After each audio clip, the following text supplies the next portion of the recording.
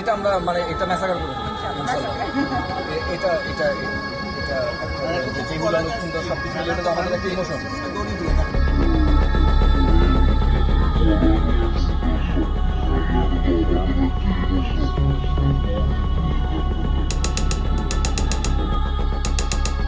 গতকাল ঢালিউড কুইন অপু বিশ্বাসের একটি ভিডিও সবার চোখে পড়ে, যেখানে অপু বিশ্বাসকে আদর আজাদের সাথে একটি চ্যানেলের জন্য কাজ করতে দেখা যায়। অপু বিশ্বাস, যিনি ব্যস্ত থাকার কথা বিভিন্ন সিনেমাতে কাজ করতে, তিনি কিনা এখন এরকম ছোটখাটো কাজ করতে ব্যস্ত।